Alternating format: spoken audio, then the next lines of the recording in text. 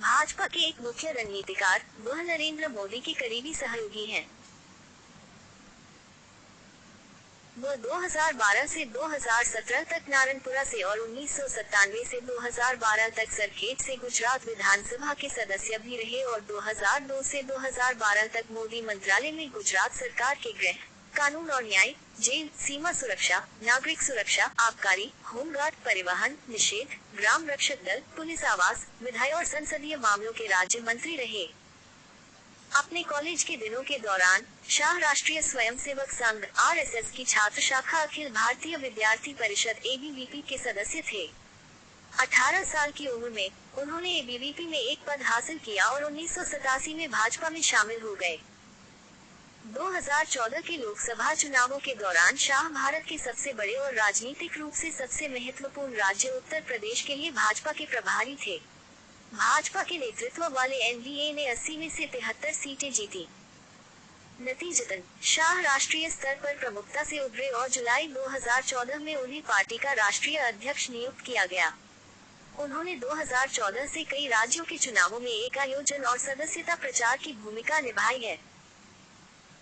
अपने शुरुआती 2 वर्षों में भाजपा ने महाराष्ट्र, हरियाणा, जम्मू और कश्मीर, झारखंड और असम में विधानसभा चुनावों में सफलता हासिल की, लेकिन 2015 में दिल्ली और बड़े पूर्वी राज्य बिहार में हार का सामना करना पड़ा। 2017 में उन्हें उत्तर प्रदेश, उत्तराखंड, गुजरात और मणिपुर में पार्टी की जीत का आंशिक श्रेय दिया गया, लेकिन अकाली भाजपा गठबंधन ने बड़े पंजाब चुनाव में सत्ता खो दी। 2018 में पार्टी ने छत्तीसगढ़, राजस्थान और मध्य प्रदेश राज्यों में सत्ता खो दी। एक साल बाद शाह के नेतृत्व में भाजपा ने 2019 के भारतीय आम चुनाव में बहुमत हासिल करने के लिए 303 सीटें जीती। शाह पर फर्जी मुठभेड़ों और 2002 के दंगों से संबंधित मामलों में गुजरात सरकार के खिलाफ गवाही देने वाले पुलिस अधिकारियों को दरकिनार करने का आरोप लगाया गया था। शाह पर भाजपा के पक्ष में गुजरात में चुनावी क्षेत्र परिसीमन अभ्यास में हेरफेर करने का भी आरोप लगाया गया है। सोहराबुद्दीन मामला, अमित शाह और उदित राज। 2010 में शाह पर सोहराबुद्दीन शेख, उनकी पत्नी कौसरबी और उनके आपराधिक सहयोगी तुलसीराम प्रजापति की न्यायतर हत्याओं की साजिश रचने का आरोप लगाया गया था। केंद्रीय जांच ब्यूरो (सीबीआई) के अनुसार शेख राजस्थान के कुछ संगमरमर व्यापारियों को संरक्षण राशि की मांग करके परेशान कर रहा था।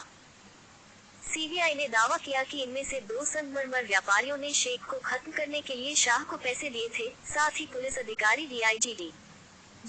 बंजारा और एसपी राजकुमार पांडियन को भी।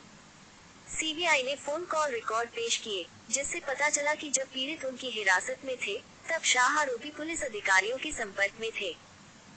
इसने अहमदाबाद जिला सहकारी बैंक (एडीसीबी) में शाह के 2 सहयोगियों के साथ पटेल भाइयों की बातचीत के वीडियो टेप भी पेश किए। पटेल भाइयों, जिनके खिलाफ कई आपराधिक मामले थे, ने भी शाह के खिलाफ बात की। शाह ने अपने खिलाफ लगे सभी आरोपों को राजनीति से प्रेरित बताते हुए खारिज कर दिया। उन्होंने बताया कि गृह मंत्री के रूप में उनके कार्यकाल के दौरान गुजरात देश में सबसे कम पुलिस मुठभेड़ों वाले राज्यों में से एक था। उन्होंने कहा कि गृह मंत्री के रूप में अपने कर्तव्यों के सामान्य क्रम में वो पुलिस अधिकारियों के साथ फोन पर संपर्क में रहते थे। उन्होंने कांग्रेस पर सीबीआई का दुरुपयोग करने का आरोप लगाया और दावा किया कि केवल गुजरात के मामलों की जांच की जा रही है, जबकि देश के बाकी हिस्सों में उसी अवधि के दौरान लगभग 1500 मुठभेड़ें हुई थीं। उन्होंने कहा कि अगर सीबीआई के पास उनके खिलाफ कोई ठोस सबूत होता, तो वह उनके खिलाफ आरोप तय कर सकती थी। 2010 में पुलिस कमिश्नर गीता जौहरी, जिन्होंने सबसे पहले मामले की जांच की थी, ने दावा किया कि सीबीआई उन पर सोहराबुद्दीन मामले में शाह को झूठा फंसाने के लिए दबाव डाल रही थी।